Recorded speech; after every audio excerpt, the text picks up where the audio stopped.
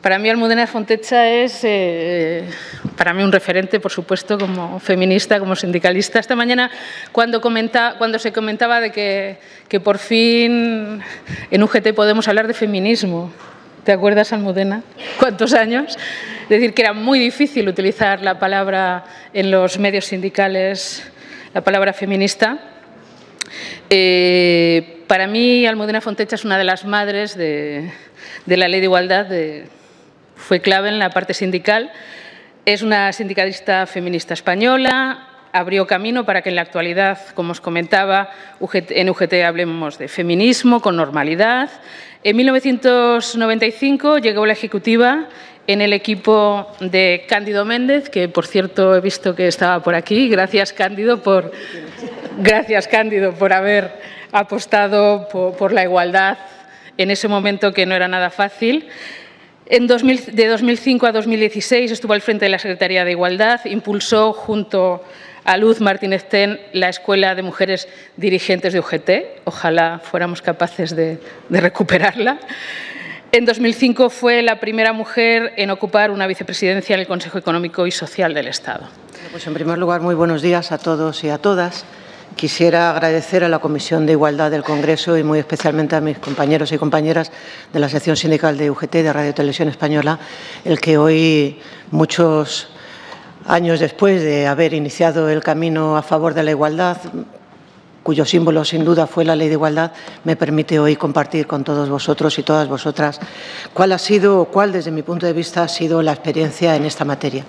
No quisiera continuar sin decir, respondiendo de alguna forma a algunas de las palabras muy amables que Monse me ha dedicado, que si hay algo que sabemos todas las feministas es que el feminismo no es una lucha individual, que el feminismo no es que una mujer llegue, sino que lleguemos todas. Por tanto, todas las conquistas que se han conseguido también en el ámbito sindical han sido gracias al trabajo de muchas y muchas mujeres anónimas en el seno de la organización, tanto en mi organización como muchas mujeres que fuera de la organización también habéis apoyado para que podamos estar hablando en términos de igualdad en el ámbito laboral. Por tanto, a todas, muchísimas gracias. Yo, si de alguna forma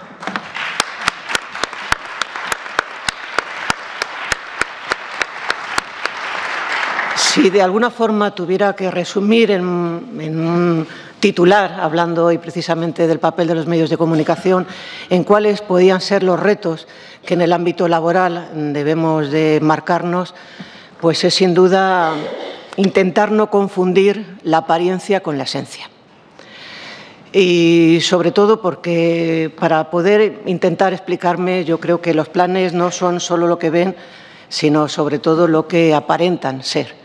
Y es verdad que para poder plantear esto me tengo que retrotraer sin duda por qué nacieron los planes, cuál era la finalidad de los planes, cuál ha sido el contexto que ha marcado de una forma muy importante la evolución de los planes de igualdad y sobre todo la aplicación de la Ley de Igualdad en el ámbito de la negociación colectiva y en el ámbito laboral, y todo ello sin duda marca cuáles deberían de ser estos retos.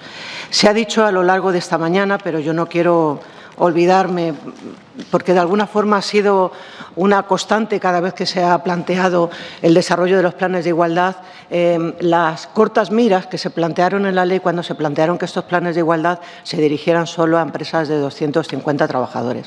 Yo tengo que intentar explicaros que evidentemente lo que planteábamos en aquel momento no es que se quedaran ahí, sino que avanzaran mucho más, y lo que pretendíamos con fijar ese objetivo de las empresas de más de 250 trabajadores era algo que vosotras habéis dicho aquí a lo largo de toda la mañana, es intentar tener buenas experiencias, buenos ejemplos de buenas prácticas que nos pudieran ayudar en el ámbito sindical y en el ámbito laboral a seguidamente desarrollar los planes de igualdad en el resto de las empresas. Aún a pesar de plantear este objetivo en las empresas de más de 250 trabajadores, yo creo que no está de más recordar que la Ley de Igualdad y la aplicación de las medidas de igualdad afectan a todos los ámbitos de la negociación colectiva y a todas las empresas. Es decir, el que se articularan instrumentos específicos para las empresas de más de 250 trabajadores no eximía al resto de las empresas de aplicar políticas de igualdad. Aún a pesar de que es verdad que en nuestro país el número de empresas de más de 250 trabajadores, ya se ha dicho esta mañana, es escaso, yo creo que no está tampoco de más recordar que las empresas de más de 250 trabajadores en nuestro país representan el 32% de los trabajadores. Por tanto, el haber podido llegar como objetivo al 32% de los trabajadores en un primer desarrollo de la Ley de Igualdad, evidentemente nos hubiera situado en un escenario totalmente distinto. Pero ¿por qué nacieron y cómo nacieron los planes de igualdad? Se ha dicho a lo largo de esta mañana y yo quiero insistir.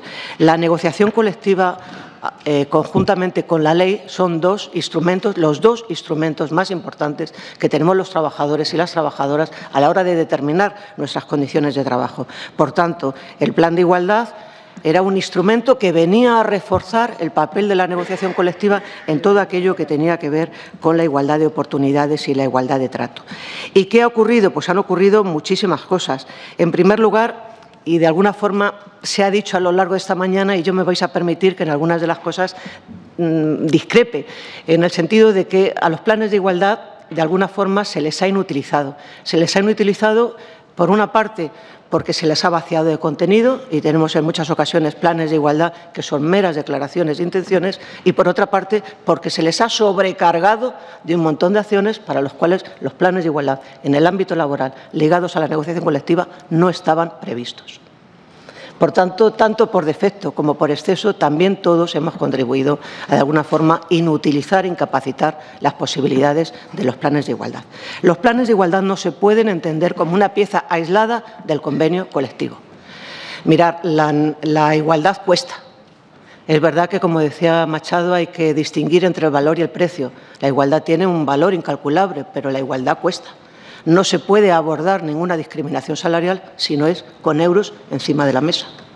Por tanto, no es posible, ni va a ser posible, que avancemos en términos de, por ejemplo, reducir la brecha salarial si cerramos un convenio colectivo y luego pretendemos abordar una discriminación salarial cuando hemos pactado ya el incremento salarial para el conjunto de los trabajadores y las trabajadoras.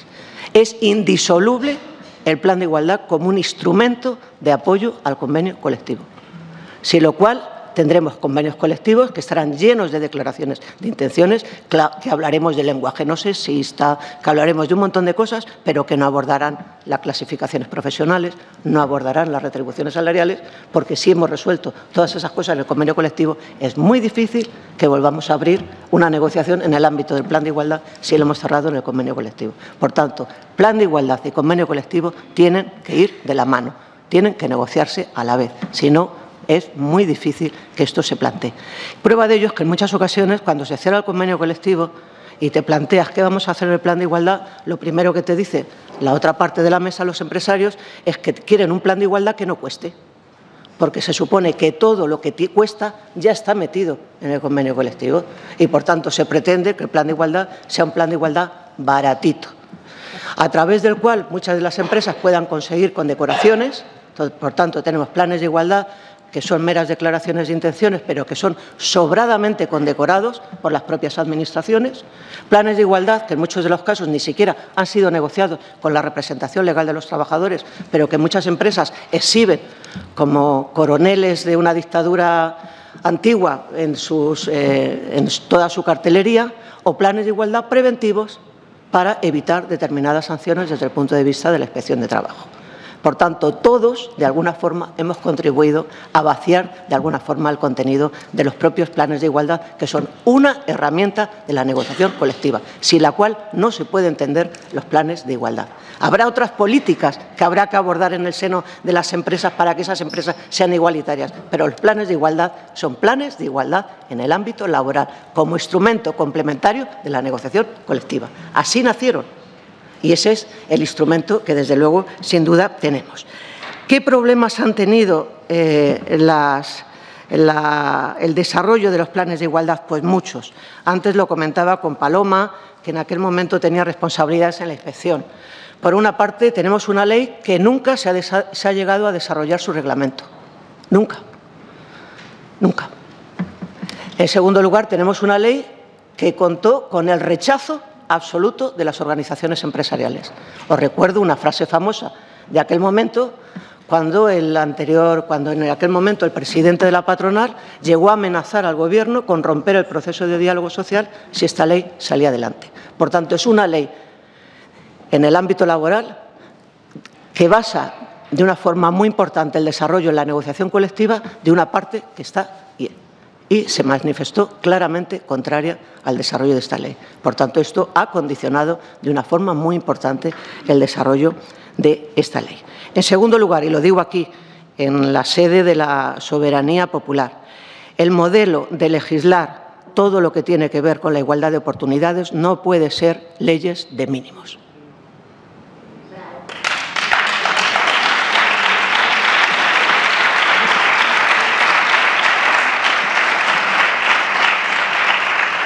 Bajo el paraguas de reconocer la autonomía de las partes, las leyes en materia de igualdad en el ámbito laboral se limitan a decir que los trabajadores y los representantes legales de los trabajadores y los empresarios tendrán derecho siempre y cuando se fije en el convenio colectivo. Mientras que para otros derechos, claramente el legislador determina cuál es el mínimo a partir del cual los trabajadores tienen derecho. Por tanto, cuando legislemos en materia laboral, en lo que se refiere a igualdad de oportunidades, tendremos que establecer mínimos legales, a partir de los cuales la negociación colectiva podrá mejorar, pero evidentemente tiene que haber unos mínimos legales. En segundo lugar, la crisis. Mirad, la igualdad en muchos casos se ha considerado como un elemento de lujo, que solo nos podíamos permitir cuando las cosas iban bien y, por tanto, cuando las cosas iban mal, la igualdad había que guardarla en el cajón. Y estos años de la crisis no solo ha habido poca negociación colectiva, no solo la poca negociación colectiva que ha habido se ha planteado por años de vigencia muy largos, por tanto, nos hemos encontrado con convenios cuya vigencia ha sido de 5 y de 7 años. Monse incluso lo decía en relación con el plan de igualdad de la corporación, que los periodos se miran de 5 en 5 y, por tanto, eso sin duda ha condicionado muchísimo. Y, en segundo lugar, ha habido un cambio de las reglas de juego en el desarrollo de esta ley. Estamos hablando de una ley que no ha tenido reglamento, con interpretaciones distintas por cada una de las partes, con una de las partes en posición contraria a la ley, pero además, en todo este trayecto, ha habido varias modificaciones legislativas que han afectado de una forma muy importante, hasta tal punto que se ha planteado la posibilidad de que en algunas materias relacionadas con la igualdad, alegando los temas de la crisis, las propias empresas se pudieran descolgar del convenio colectivo y del plan de igualdad negociado. Por tanto, ha habido cambio en las reglas del juego para poder plantear esta ley. Y, por último, y con ello quiero acabar, mirad, si queremos avanzar en términos de igualdad, tenemos que aprender del principio capitalista. Y sí, lo digo yo, desde el ámbito sindical. Tenemos que empezar a socializar las pérdidas y también socializar las ganancias. Mientras todo lo que tiene que ver con la igualdad se considere algo relacionado única y exclusivamente con las mujeres, habremos avanzado poco. Mientras los convenios colectivos o la igualdad sea algo referido única y exclusivamente a las mujeres, habremos avanzado poco.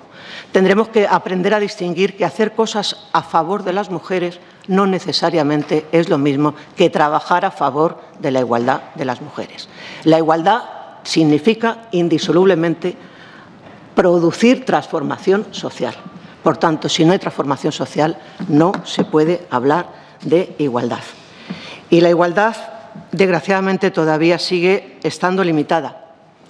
Por el sur, por todas aquellas mujeres que, desgraciadamente, hoy no tienen voz. Por todas las mujeres explotadas. Por todas las mujeres prostituidas y violadas. Por el norte, por todas aquellas mujeres, como muy bien dice Amelia Valcarce, élite. Por todas aquellas mujeres que se consideran que ellas están porque valen, sin reconocer que están gracias al trabajo y a la lucha de muchas mujeres.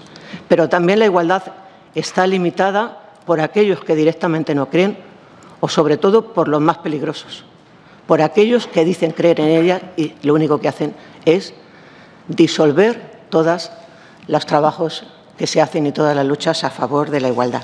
Por tanto, es verdad que el trabajo nos ayuda a ganarnos la vida, pero no olvidéis nunca, compañeras, que el feminismo es lo que nos ayuda a todas nosotras a entender nuestra propia vida. Muchas gracias.